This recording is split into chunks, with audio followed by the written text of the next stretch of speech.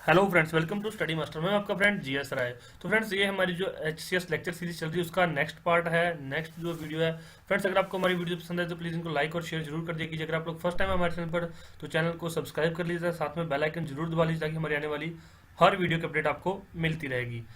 चलिए फ्रेंड्स, अब हम करते हैं लॉर्ड मिंटो। फ्रेंड्स, इससे पहले काफ़ी लेक्चर्स हो चुके हैं, आप लोग देख सकते हैं। और फ्रेंड्स, जरूरी नहीं है कि अगर आप लोग एचसीएस की तैयारी करें तभी ये आपके लिए इंपॉर्टेंट है। ये अगर आप एसएससी की तैयारी कर रहे हैं, आरआरबी की तैयारी करें, किसी भी एग्जाम की तैयारी करें तो आपके लिए बहुत ज़्यादा फायदेमंद है। यूपीएससी लेवल तक ये जो वीडियो आपको फायदा पहुंचाएगी। चलिए फ्रेंड्स, शुरू करते हैं। तो इससे पहले हम लोग देख चुके हैं, जिन्होंने पुरानी वीडियो नहीं देखी वो देख लीजिए, नीचे डिस्क्रिप्शन बॉक्स में सारे लिंक दिए गए, आप लोग वहां पर जाकर देख सकते हैं। करंट अफेयर की वीडियो सीरीज अलग से चल रही है, काफ़ी इंपॉर्टेंट है, वो देख लीजिए। चलिए शुरू करते हैं। लॉर्ड मिंटो स्वदेशी मूवमेंट 1905 से 1908 तक चली। फाउंडेशन ऑफ मुस्लिम लीग 1906 के अंदर हुआ। Secession and split in the Congress 1907 के अंदर। तो ये सभी काम लॉर्ड मिंटो के टाइम पे हुए थे। एंड मॉडली मिंटो रिफॉर्म 1909 में हुआ था। तो मॉडली मिंटो रिफॉर्म में वो आने वाले लेक्चर में आपको अच्छे से बताऊंगा। नेक्स्ट है लॉर्ड हार्डिंग्स। तो capital shifted from Calcutta to Delhi 1911। उसके बाद दिल्ली दरबार हुआ 1911 में। Partition of Bengal was cancelled. The Hindu Mahasabha was founded in 1950।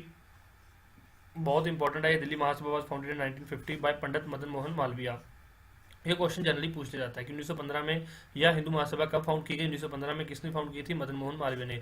तब वायसराय कौन थे? Lord Hardings. नेक्स्ट है lord Chelmsford. Gandhi return to India 1950। 1915 में गांधी आया, जिसके ऊपर भारतीय प्रवासी दिवस मनाया जाता है। चलिए, ये आपके लिए क्वेश्चन है कि भारतीय प्रवासी दिवस कब मनाया जाता है। द साबरमती आश्रम 1916 में स्टैब्लिश किया था। चंपारण सत्याग्रह सत्याग्रह एट अहमदाबाद 1981 में। 1981 में खेड़ा सत्याग्रह 1918। और यहाँ 1918 ही आएगा फ्रेंड्स, यहाँ पर 1918 ये उल्टा पुल्टा लिख दिया उन्होंने। 1918 Rowlatt act 1919 and the Jallianwala Bagh massacre 13 अप्रैल 1919। तो ये बहुत इंपॉर्टेंट रॉलेट एक्ट। खिलाफत कमेटी वाज फाउंडेड एंड खिलाफत मूवमेंट स्टार्टेड इन 1919-1920। तो ये इंपॉर्टेंट है। तो इसके बाद हम और अच्छे अच्छे चीज़ें करेंगे जो आपको एग्जाम पॉइंट ऑफ व्यू से बहुत इंपॉर्टेंट रहेंगी। नॉन कोऑपरेशन मूवमेंट कब स्टार्ट की गई थी? 1920 से 1922 तक। Women university was founded at Poona 1916। तो ये वुमेन यूनिवर्सिटी 1916 में फाउंड की गई थी पूना के अंदर। इंपॉर्टेंट है, याद रखिए। Lord reading. तो रिपेल ऑफ रोलेट एक्ट, इन्होंने रोलेट एक्ट को खत्म कर दिया था। चौरा चौरी इंसिडेंट इनके टाइम पे हुआ था। चलिए, किसी को पता है चौरा चौरी इंसिडेंट क्या है तो प्लीज़ नीचे कमेंट कीजिए। RSS founded in 1925। बहुत इंपॉर्टेंट है, याद रख लीजिए, कई बार एग्जाम के अंदर पूछ लिया जाएगा कि आरएसएस कब फाउंड की गई थी। क्योंकि कांग्रेस का तो सबको पता है, आरएसएस नहीं पता होता, भूल जाता है। तब वाइसराय लॉर्ड रीडिंग थे। Suppressed non cooperation movement, formation of Swaraj Party, Kakori train robbery on August 1925। Next है Lord Irwin. Simon Commission visited India in 1927। Simon Commission 1927 में इंडिया आया था। चलिए, ये बताइए साइमन कमीशन क्यों आया था। Congress pass the Indian resolution in 1929। Dandi March 12 मार्च 1930 को हुआ था। सिविल डिसोबेडिएंट मूवमेंट सीडीएम 1930 में हुआ था। मैच द फॉलोइंग में पूछ रहे थे दांडी मार्च, सिविल डिसोबेडिएंट मूवमेंट की पहले कौन सी चीज़ हुई थी, बाद में कौन सी चीज़ हुई थी। तो ये एज इट इज़ याद कर लीजिएगा, बहुत इंपॉर्टेंट है। First round table conference was held in England in 1930। और चलिए, उस बंदे का नाम बताइए जिन्होंने तीनों जो राउंड टेबल कॉन्फ्रेंस थी उसको अटेंड किया था। इंपॉर्टेंट क्वेश्चन है, आ सकता है। Gandhi Irwin pact, Lahore session of Congress and Poona swaraj declaration 1925 के अंदर हुआ था। नेक्स्ट है lord Willingdon. Second round table conference in London 1931 and third in 1932। Government of India act 1935 was passed. तो 1935 का government of India act pass किया गया। चलिए, रिजर्व बैंक ऑफ इंडिया कब स्टैब्लिश किया गया था बताइए। तो अब मैंने यहाँ पे क्वेश्चन पूछा, जिसका कोई ना कोई लिंकेज होगा तो प्लीज़ थोड़ा ध्यान रखिए और आंसर जरूर किया कीजिए। Communal award August 16 1932 assigned seats to different religion community. Gandhi ji went on epic fast to protest against the division. तो गांधी जी नहीं चाहते थे कि सभी को अलग अलग सीट्स प्रोवाइड कराई जाए, कम्युनल सीट्स प्रोवाइड कराई जाए। तो कम्युनल अवार्ड तब असाइन किया गया था। नेक्स्ट है lord Linlithgow. Congress ministries resignation celebrated as deliverance day by Muslim League 1939। The Lahore resolution 1940। The Muslim League demanding separate state for Muslims. It was a session that Jinnah produced is two nation theory. तो यहाँ पर उन्होंने क्या, जिन्ना ने टू नेशन थ्योरी प्रोड्यूस की थी। Outbreak of world war second world 1939 के अंदर। क्रिप्स मिशन 1942 में आया था। क्विट इंडिया मूवमेंट 1942 के अंदर हुई थी। तो फ्रेंड्स, ये जो डेट्स हैं बहुत इंपॉर्टेंट है, याद रखिए। मैं आपको सारी चीज़ें डिटेल से कराऊंगा। क्रिप्स मिशन क्या था, क्विट इंडिया मूवमेंट क्या है, सिविल डिसोबेडिएंट मूवमेंट क्या है, सारी चीज़ें कराऊंगा। लेकिन ये मैं भैया इसलिए बता रहा हूँ कि इस टाइम पे क्या हुआ था, तब वायसराय कौन थे, तो थोड़ा सा याद रख लीजिए। ये थोड़ा सा मतलब कि आउटलाइन बना रहा हूँ, मैं आपको सारी चीज़ें बता रहा हूँ। नेक्स्ट है लॉर्ड वेवल। तो लेक्चर को ध्यान से सुनते रहिए, सारी चीज़ें आपको अच्छे से समझ आने लग जाएंगी। Cabinet mission plan 1946। First meeting of constituent assembly was held on December 1946। Arrange the Shimla conference on June 1945 with Indian national Congress and Muslim league failed. तो ये जो शिमला एग्रीमेंट कॉन्फ्रेंस थी वो फेल हो गई थी। नेक्स्ट है लॉर्ड माउंटबेटन। तो आपने सुना होगा माउंटबेटन प्लान, 3 जून प्लान भी जिसको बोलते हैं, कि उस दिन ये लिखा हुआ है, last viceroy of British India and the first governor general of free India. Important है, याद रखिए। पार्टीशन ऑफ इंडिया, चलिए बताइए कि कौन था हमारा last governor general of India. ये तो first governor general of India है, फ्री इंडिया है। Last governor general of India कौन है? India decided by the June 3 plan और Mountbatten plan, retired in June 1940 and succeeded by C Rajagopalachari, the first and the last Indian governor general of free India. तो C Rajagopal जो है first Indian थे and the last Indian governor general थे। उसके बाद ये post खत्म कर दी गई थी गवर्नर जनरल की। इंपॉर्टेंट है, याद रखिए। चलिए अब हम शुरू करेंगे रिवोल्ट ऑफ 1857। इसमें से क्वेश्चन कई बार आ जाते हैं, काफी इंपॉर्टेंट है, याद रखिए, ध्यान से समझना है। कॉजेज क्या थे, कारण क्या थे, पॉलिटिकल कॉजेज इसमें थे। आप मेंस के लिए भी इसके अंदर बहुत अच्छे से आपको मटेरियल मिल जाएगा लिखने के लिए। The policy of doctrine of lapse. तो डॉक्ट्रिन ऑफ लैप्स क्या थी पॉलिसी? इसके अंदर फ्रेंड्स ये था कि जिसका मतलब कोई गद्दी का वारिस नहीं है, कोई भी ऐसी दरबार होगा, कोई भी ऐसी मतलब किसी की रियासत होगी जिसका कोई जो राजा होगा वहाँ का, उसका कोई सन नहीं है, उसका कोई चाइल्ड नहीं है, तो वो फिर वो किसके अंडर आए? वो ब्रिटिशर के अंडर आए, तो उसको बोलते हैं डॉक्ट्रिन ऑफ लैप्स। तो उस पॉलिसी के अंडर वो वहाँ पर कब्जा कर लेते थे ब्रिटिशर। तो ये उनका पॉलिटिकल कॉज था रिवोल्ट ऑफ 1857 का। नेक्स्ट है इकोनॉमिक कॉज। टैक्सेशन बहुत बढ़ा दिया था, heavy taxation, evictions, discriminatory tariff policy against Indian products and destruction of traditional handicraft that his peasants, artisans and small जमींदार। तो उनकी क्या थी इकोनॉमिक कॉजेज क्या थे? कि उनकी पॉलिसी बहुत गंदी थी। पॉलिसी के अंदर क्या करते, एक तो हैवी टैक्स ले रहे थे, दूसरा मतलब कि इंडियन प्रोडक्ट को वो बिल्कुल मान्यता नहीं दे रहे थे कि इंडियन प्रोडक्ट अच्छे नहीं है। इसकी वजह से क्या था कि जो हैंडीक्राफ्ट था, इंडिया का हैंडीक्राफ्ट था, या जो आर्टिशियन थे जो काम कर रहे थे, उनको बहुत ज़्यादा नुकसान हो रहा था, क्योंकि उनकी चीज़ें नहीं चल रही थी। और जो मशीन से चीज़ें बनाई जा रही थी वो इंडिया के अंदर के इंडिया के लोग भी काफ़ी पसंद कर रहे थे कि वो चीज़ सस्ती मिल जाती थी। अब आपको पता है कि हाथ से बनाई हुई चीज़ महंगी होगी, दूसरी तरफ जो मशीन बना रही है। तो ये तब का इकोनॉमिक कॉस्ट था। नेक्स्ट है मिलिट्री डिस्क्रिमिनेशन। इंडियन सोल्जर्स वर पेड लो सैलरीज। इंडियन सोल्जर्स को कम पैसे दिए जाते थे। They could not rise above the rank of सूबेदार। चाहे वो कितने मर्जी पढ़े लिखे हों, जितना मर्जी मतलब उनको टाइम होगा, लेकिन वो सूबेदार के रैंक से ऊपर नहीं जा सकते थे। And were racially insulted. तो उनको मतलब उनकी रेस की वजह से उनको इंसल्ट किया जाता था। नेक्स्ट है religious discrimination. The introduction of Enfield rifle. जो इनफील्ड राइफल थी जिसके ऊपर की सूर की चर्बी लगी हुई थी, एनिमल फैट लगा हुआ था, उसको यूज़ करने पे बहुत ज़्यादा मतलब कि आपस में भिड़ंत हुई थी। उसकी वजह से जो रिवोल्ट भड़का था ज़्यादा। British soul reform, widow remarriage. तो ब्रिटिश ने बोला था कि विडो रीमैरी हो सकती है, तो इस वजह से मतलब कि इंडियंस को थोड़ा सा आघात हुआ, उनकी रिलीजियस डिस्क्रिमिनेशन को प्रॉब्लम हुई। एबोलिशन ऑफ सती, उनको सती खत्म कर दिया था उन्होंने। एजुकेशन फॉर गर्ल्स, उन्होंने कहा था गर्ल्स को एजुकेशन देनी चाहिए। क्रिश्चियन मिशनरीज, तो वो क्रिश्चियन यहाँ पर अपना धर्म फैला रहे थे, इस वजह से ये जो रिवोल्ट हुआ था। तो फ्रेंड्स इसमें इसके अंदर आप बस एक मुझे आंसर कीजिए नीचे कमेंट करके कि ये जो ब्रिटिशर ने सोशल रिफॉर्म किए थे। तो ये मेंस का क्वेश्चन बन रहा है, मैं आपके लिए, आप हरियाणा सिविल सर्विसेज की तैयारी करें या फिर यूपीएससी की तैयारी करें, तो प्लीज़ नीचे कमेंट करके जरूर बता दीजिए इसका आंसर। और किसी को नहीं पता तो वो पढ़ लीजिएगा कि जो ब्रिटिश ने सोशल रिफॉर्म किए थे वो सही थे या गलत थे।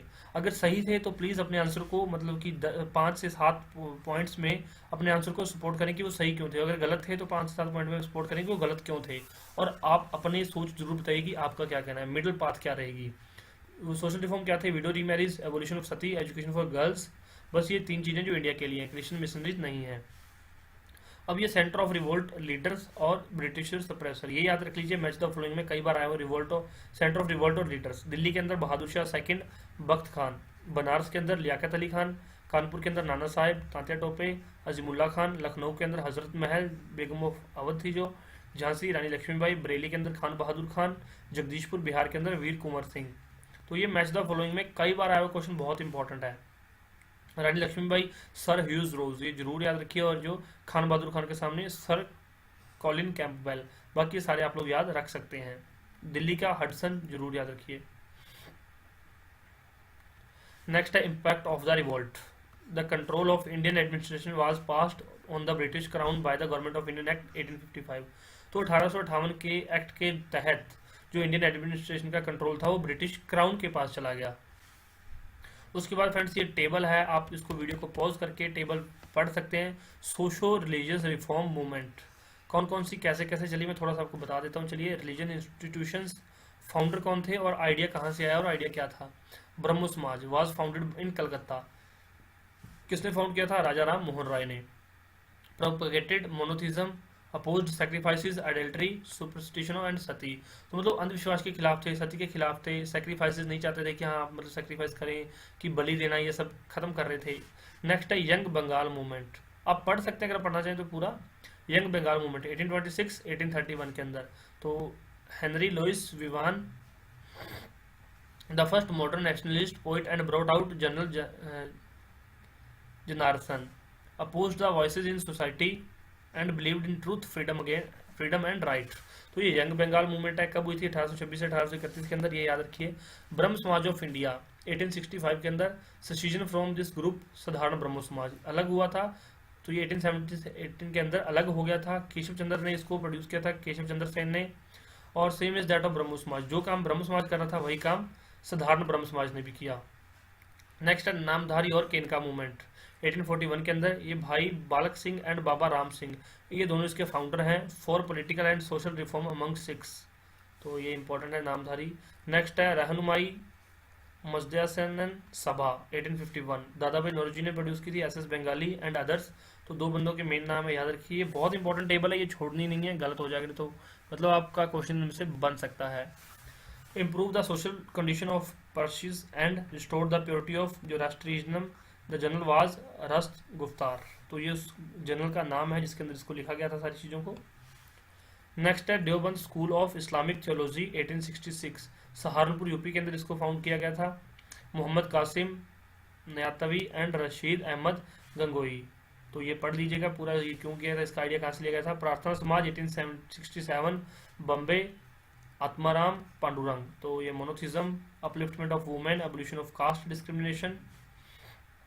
इंडियन रिफॉर्म एसोसिएशन 1870, बहुत इंपॉर्टेंट है, कलकत्ता के अंदर है। Keshav Chandra Sen, opposed child marriage, legalise Brahmo Samaj type of marriage. और नेक्स्ट है आर्य समाज, बहुत इंपॉर्टेंट है ये 1875, कहाँ पर हुआ था? बॉम्बे के अंदर। दयानंद सरस्वती, ओरिजिनल नेम क्या था इनका? मूल शंकर। ये कई बार पूछा गया एग्जाम के अंदर, यूपीएससी के अंदर पूछा गया है। Give the slogan go back to the Vedas. तो ये किन्होंने दिया था स्लोगन? दयानंद सरस्वती ने, बहुत इंपॉर्टेंट पॉइंट है ये। With in A revivalist framework denounced rights, adultery, ब्राह्मण सुप्रीमेसी एक्सेट्रा। तो ये सारी चीजें याद रख लीजिए, बस ये याद रखिए, go back to the Vedas.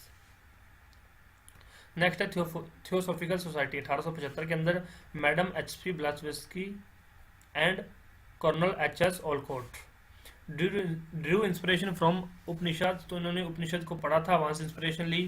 Philosophy of Vedanta and transmigration of the soul. तो ये सोल की ट्रांसमाइग्रेशन में विश्वास करते लगे थे। तो ये कहाँ पर थे? New York, later shifted to Adyar. Next है डेक्कन एजुकेशन सोसाइटी 1884 के अंदर ये बनी थी, पुणे के अंदर, इंपॉर्टेंट है, याद रखिए। एम.जी. रानाडे, वी.जी. चिपलंकर और जी.जी. अगरकर। तो ये पढ़ लीजिएगा आगे। नेक्स्ट है सेवा सदन 1885 बम्बे। तो ये याद रखने की जरूरत नहीं है। देव समाज 1887, मद्रास हिंदू एसोसिएशन 1892। और बस ये मतलब ये थोड़ा याद रख लीजिए, इंपॉर्टेंट है ये।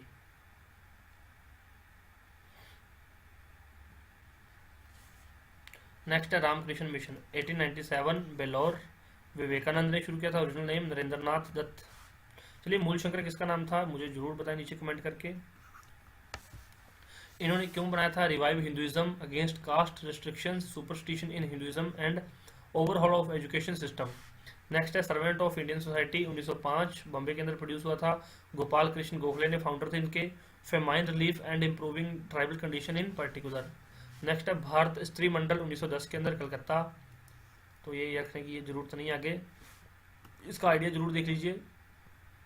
वुमेन्स एजुकेशन एंड इमेंसिपेशन और social service league 1911, Indian women association 1917, Annie Besant. तो इतने ज़्यादा मैंने जो आपको बताया बहुत इंपॉर्टेंट, वो याद रख लीजिए। कईयों के तो क्या याद रखने हैं, सिर्फ डेट और प्लेस, कईयों के फाउंडर याद रखने हैं और कईयों का आइडिया याद रखना है। तो वो जो इंपॉर्टेंट है मैंने आपको बताया, सिर्फ वही याद रखिए, सारे मत याद रखिए। इतना टाइम नहीं है आपके पास कि आप सारे अब एक दिन में याद कर पाए। हाँ, अगर आपके पास बहुत सारा टाइम है तो आप सारे याद कीजिए, फिर तो अच्छी बात है, फिर तो सारा कुछ पढ़ना चाहिए। अब है चीफ नेशनल एक्टिविटीज़, बहुत इंपॉर्टेंट है ये lecture. The Indian national Congress was founded by formed in 1885 by A.O. Hume. The first session was, friends जो मैं एक एक पॉइंट बोलूंगा वो बहुत ज़्यादा इंपॉर्टेंट रहेगा। The first session was held in Bombay under W.C. Banerjee in 1885, attended by 72 delegates from all over India. तो पहला जो सेशन है W.C. बनर्जी ने प्रेजाइड किया था, वो उनके प्रेसिडेंट थे। अटेंडेड बाय 72 डेलीगेट्स, तो उनके 72 डेलीगेट्स थे जो उनके पीछे थे उस टाइम पे, और 1885 के अंदर ए ओ ह्यूम ने इंडियन नेशनल कांग्रेस को प्रोड्यूस किया था। मॉडरेट लीडर कौन कौन से थे? दादा भाई नौरोजी, बदरुद्दीन तैयब जी, गोपाल कृष्ण गोखले, सुरेंद्रनाथ बनर्जी, आनंद मोहन बोस। अब उसके बाद हुआ पार्टीशन ऑफ बंगाल 1885 के बाद 1905, जो चीफ नेशनल एक्टिविटी है पार्टीशन ऑफ बंगाल कब हुआ था? 1905 के अंदर, by Lord Curzon on 16 October 1905 through a royal proclamation reducing the old provinces of Bengal in size by creating East Bengal and Assam out of rest of Bengal। तो अब इसको क्या कर दिया था? ईस्ट बंगाल बना दिया था, और उसके बाद में जो बाकी सारा असम बना दिया था। तो बंगाल को पार्टीशन कर दिया था। क्यों? क्योंकि बंगाल के अंदर लोग काफ़ी जुड़ के आवाज़ उठाने लगे थे, इसलिए उन्होंने डिवाइड एंड रूल की पॉलिसी वो शुरू से खेलते आ रहे थे, तो इसलिए उन्होंने पार्टीशन कर दी। नेक्स्ट है स्वदेशी मूवमेंट, 1905 के अंदर हुई थी ये भी। Had its origin in the anti partition movement of Bengal. तो वहाँ पर क्या था, लोग नहीं चाह रहे थे कि आप मतलब कि बंगाल को पार्टीशन करो, तो anti partition movement of Bengal था, वहाँ पर इसका ओरिजिन हुआ था, वहाँ पर ये ओरिजिनेट हुई थी स्वदेशी movement. Lal Bal Pal and Aurobindo Ghosh played an important role in it.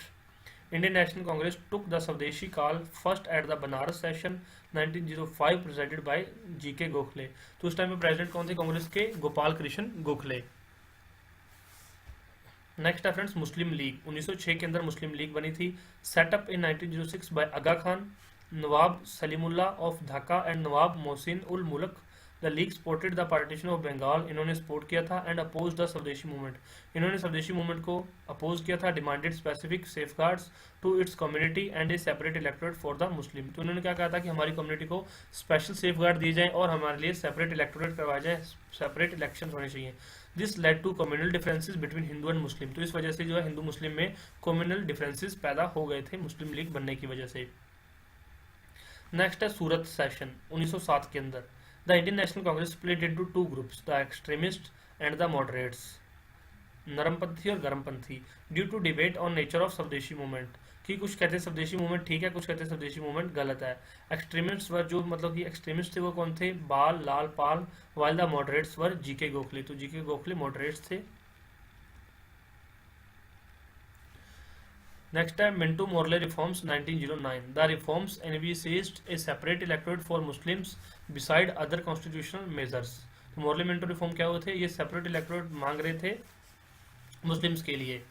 Next है गदर पार्टी, 1913 के अंदर बनी थी, फॉर्म्ड बाय लाला हरदयाल, पता होना चाहिए, तारकनाथ दास एंड सोन सिंह भकना। इंपॉर्टेंट है, तीनों के नाम याद रखने हैं। हेडक्वार्टर कहाँ था? सैन फ्रांसिस्को, याद रखिए। The name was taken from a weekly paper Ghadar which has been started in November 1913 to commemorate the 1857 revolt। तो अब देख लीजिए मतलब कहाँ पर आकर मैचिंग हो रही है 1857 रिवोल्ट की गदर पार्टी के अंदर। तो ये थोड़ा सा मतलब हिस्ट्री आपस में जुड़ी हुई है, तो उसको मतलब जुड़ी हुई याद रखिए तो ज़्यादा बेटर रहेगी। अब मैं आपको एक एग्जांपल देता हूँ, जैसे सीढ़ी होती है, सीढ़ी में दो डंडे एक साइड लगे होते हैं, बाकी डंडे आपस में इस तरह से जुड़े होते हैं। अगर ये डंडे टूट जाएं तो क्या है, डंडे ही रह जाएंगे, आप चढ़ ही नहीं पाओगे। लेकिन अगर आपने इसको लॉक कर लिया है, सीढ़ी को कील लगा कर बना दिया, तो आप कहीं पर भी चढ़ सकते हैं सीढ़ी से। उसी तरह से फ्रेंड्स हिस्ट्री है या फिर सारी स्टडी ही इस तरह से है, आप सीढ़ी बनाएंगे तो ही काम आएगा। अगर आप डंडे आप लिए फिर रहे हैं तो डंडों का कोई काम नहीं आएगा। आई होप आपको मेरा एग्जाम्पल अच्छा लगा होगा, किसी को अच्छा लगा तो मुझे बता दीजिए। चलिए next, home rule movement 1916 started by BJ Tilak April 1960 at Pune and Annie Besant and S. Subramaniam Iyer at Adyar near Madras September 1906। तो तब होम रूल मूवमेंट स्टार्ट की गई थी। ऑब्जेक्टिव क्या था इनका? Self government for India in British empire. ये चाहते थे कि हम सेल्फ गवर्नमेंट चलाएं इंडिया के अंदर, ब्रिटिश एम्पायर के अंदर ही। Tilak supported the movement and joined Annie Besant. He raised the slogan swaraj is my birth right and I will have it. तो ये स्लोगन किसने दिया था? तो याद रखिए बहुत इंपॉर्टेंट है तिलक ने, Swaraj is my birth right and I will have it. तो ये भी काफ़ी इंपॉर्टेंट है। मैंने फ्रेंड्स एक वीडियो बनाया हुआ है, आप वो जरूर देखिए, डिस्क्रिप्शन बॉक्स में लिंक मिल जाएगा, कि बहुत इंपॉर्टेंट नारे जो हैं, कि जो टॉप मोस्ट 15 नारे हैं किसने दिए, क्यों दिए और कब दिए, मतलब कहाँ से लिए गए। मैंने सारी वीडियो 10-1 मिनट का वीडियो है, वो सारा बहुत इंपॉर्टेंट है, तो वो जरूर देखिए, डिस्क्रिप्शन बॉक्स में मिल जाएगा कि इंपॉर्टेंट नारे जिनमें से क्वेश्चन एग्जाम में हर बार बनता ही बनता है, वो जरूर देख लीजिए, नीचे डिस्क्रिप्शन बॉक्स में वीडियो है, आप देख लीजिएगा। नेक्स्ट है लखनऊ पैक्ट 1916 के अंदर लखनऊ पैक्ट हुआ था। Pact between Indian national Congress and Muslim League following a war between Britain and Turkey leading to anti British feelings among Muslims. Both organisations jointly demand domination status for the country. तो इसमें क्या था, Lucknow pact हुआ जिसमें कि Indian national Congress और मुस्लिम league इकट्ठे हो गए थे, जिसके इसमें क्या मांग रहे थे, डिमांड फॉर डोमिनियन स्टेटस अपनी कंट्री के लिए मांग रहे थे। नेक्स्ट है रोलेट एक्ट। अब ये मार्च 18 1919 को हुआ था, और एक है जलियांवाला बाग मैसेकर, अप्रैल 13 1919 को हुआ था। अब दोनों में कन्फ्यूजन हो जाती है कि 1919 में होते पहले कौन सा हुआ था, तो इसलिए यहाँ पर डेट लिखी हुई है, क्योंकि मैं कई बार आता है कि arrange the following in ascending और डिसेंडिंग ऑर्डर, तो पता होना चाहिए पहले रोलेट एक्ट हुआ था, बाद में जलियांवाला बाग मैसेकर हुआ था। This gave unbridled power to the government to arrest and imprison suspect without trial. तो इसमें क्या था, रोलेट एक्ट के अंदर भी किसी को भी आप, कोई भी बंदा उसको उठा सकती थी, गवर्नमेंट क्या करती, किसी को भी उठा, शक के आधार पर उठा सकती थी और जेल में डाल देती थी। तो इस वजह से रोलेट एक्ट, उन्होंने रोलेट एक्ट का ये मतलब था। This law enabled the government to suspend the right of habeas corpus which has been the foundation of civil liabilities in Britain। तो habeas corpus मैं आपको पॉलिटी के अंदर करवाऊंगा, काफ़ी इंपॉर्टेंट है ये, एक नहीं ये चार चीज़ होती है अलग अलग, तो वो सारी मैं आपको अच्छे से करवाऊंगा। Rowlatt satyagraha was started against this act. This war was the first country wide against the by Gandhi ji, agitation by the Gandhi ji. तो रोलेट सत्याग्रह इसके खिलाफ शुरू किया गया। नेक्स्ट है Jallianwala Bagh massacre. People were agitated over the arrest of doctor Kitchlew and doctor Satyapal on April 10 1919। तो 10 अप्रैल 1919 को उन्होंने क्या किया था, डॉक्टर किचलू को और सत्यापाल को मतलब कि अरेस्ट कर लिया था। उनकी अरेस्ट के खिलाफ वहाँ प्रदर्शन करने के लिए इकट्ठे हुए थे जलियांवाला बाग में। जनरल और Dyer fired at people who assembled in the Jallianwala Bagh Amritsar. Hunter Commission was appointed to inquire into it. तो हंटर कमीशन जरूर याद रखिए किस लिए बनाया गया था, जलियांवाला बाग मैसेकर की इंक्वायरी करने के लिए। Sir Udham Singh killed General Dyer in Caxton Hall London. तो उधम सिंह ने बुक के अंदर पिस्टल ले जाकर वहां पर कैक्सटन हॉल में जाकर जनरल डायर को मारा था। तो ये काफ़ी इंपॉर्टेंट है, याद रखिए। और फ्रेंड्स ये जो लेक्चर है ये अभी 20 मिनट से ऊपर का जा रहा है, तो अभी आप जलियांवाला बाग मैसेकर में हम खत्म कर रहे हैं। बाकी जो है नेक्स्ट लेक्चर के अंदर आपको करवाया जाएगा, और कोई भी डाउट है, कोई क्वेरी, तो प्लीज़ मुझे बता दीजिए। हिस्ट्री आपकी 2 लेक्चर और लगेंगे, हिस्ट्री आपकी सारी कंप्लीट करवा दी जाएगी, इंपॉर्टेंट सारी चीज़ें कवर करवा दी जाएंगी। मुझे बताइए वीडियो कैसी लगी, और नेक्स्ट पार्ट कौन सा शुरू करना है हिस्ट्री के बाद, लेट मी नो, फिर मैं वो आपके लिए तैयार करके उसमें से लेक्चर आपके लिए प्रोवाइड करवा दूँगा। चलिए friends, thank you so much, take care, bye bye, God bless you all. और वीडियो को शेयर जरूर किया कीजिए फ्रेंड्स, और नीचे कमेंट करके अपने विचार जरूर बताया कीजिए, जो कमेंट करने के लिए बोलता हूँ जरूर कमेंट किया कीजिए। Thank you so much. और करंट अफेयर फ्रेंड्स बहुत जरूरी हैं। करंट अफेयर के मैं 2 लेक्चर्स पहले दे चुका हूँ, डिस्क्रिप्शन बॉक्स में लिंक मिल जाएगा।